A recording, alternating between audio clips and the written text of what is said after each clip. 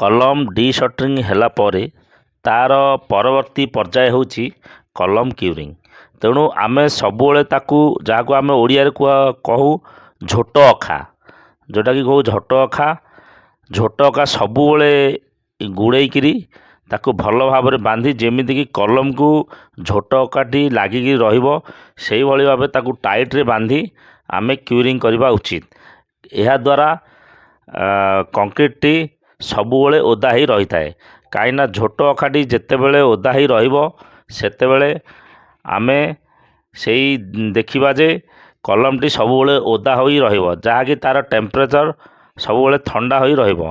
ଥଣ୍ଡା ହୋଇ ରହିବା ଦ୍ୱାରା କଲମର ଷ୍ଟ୍ରେଂଥଟି ବଢ଼ିବ ଆଉ ଆପଣଙ୍କର ବହୁତ ଦିନ ପର୍ଯ୍ୟନ୍ତ ତାହା ଲାଷ୍ଟିଂ କରିବ। ତେଣୁ ସବୁବେଳେ ଆମେ ହସେନ କ୍ଲଥ୍ ବ୍ୟବହାର କରୁ। ଏଇଟା ଦେଖନ୍ତୁ ପୁଣି ଆମର 3ଟି କଲମ କାଷ୍ଟିଂ ହେଇସାରିଛି। କାଷ୍ଟିଂ ହେଲା ପରେ ଦେଖନ୍ତୁ ଏଇଟା ଟିକେ କମ୍ ଦେଖାଯାଉଛି। ଆପଣଙ୍କୁ ମୁଁ ଆଗରୁ ମଧ୍ୟ କହିଥିଲି ସବୁବେଳେ ଗୋଟିଏ ଲେବଲ୍ ନିଆଯାଏ। ଯେତେବେଳେ କଲମ କାଷ୍ଟିଂ କରାଯାଏ ସେତେବେଳେ ଏକ ଲେବଲ୍ ନିଆଯାଏ।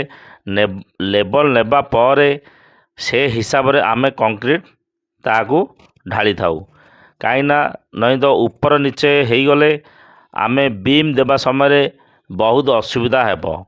ତେଣୁ ସେଟାକୁ ଆପଣ ଭଲ ଭାବରେ ଲେବଲ୍ କରିବା ପରେ ହିଁ କଂକ୍ରିଟ୍ ଠିକ୍ ଭାବରେ ଢାଳନ୍ତୁ।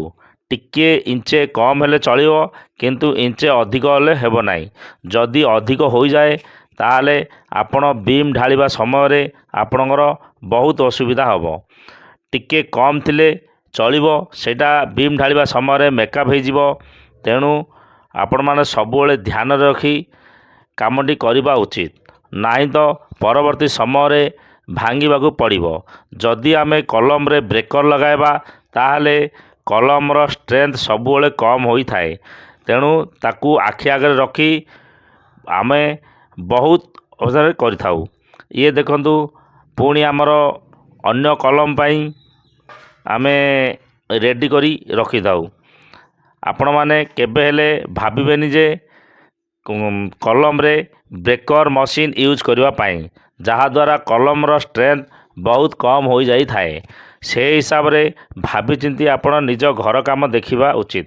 କାହିଁକିନା ଗୋଟିଏ ଘର ଆମେ ଯୁଗ ଯୁଗ ପାଇଁ କରିଥାଉ। ପୁଣି ଆମର ଅନ୍ୟ କଲମ ଯେଉଁ ଗୁଡ଼ାକ କାଷ୍ଟିଂ କରିବାକୁ ବାକି ଅଛି ସେସବୁ ଆମେ ମାର୍କିଂ କରିକିରି ରଖିଥାଉ। କାହିଁକିନା ଗ୍ରାମାଞ୍ଚଳରେ ତା'ର ଆଗକୁ ଚାଲ କାଢ଼ିବାକୁ ପଡ଼ିଥାଏ। ନହେଲେ ଆପଣଙ୍କର ଯେଉଁଟାକି ଲେବର ଚାର୍ଜେସ୍, ମିସ୍ତ୍ରୀ ଚାର୍ଜେସ୍ ଆପଣଙ୍କର ବେଶୀ ଯାଇପାରେ। ତେଣୁ ଆପଣ ସବୁଯାକ ଲେବଲ୍ କରି ମୋ ମତରେ ଷ୍ଟାର୍ଟର ସହିତ ଆପଣ କଲମ କଂକ୍ରିଟ୍ ଢଳାଇ କରନ୍ତୁ। ଧନ୍ୟବାଦ। ଜଗନ୍ନାଥ।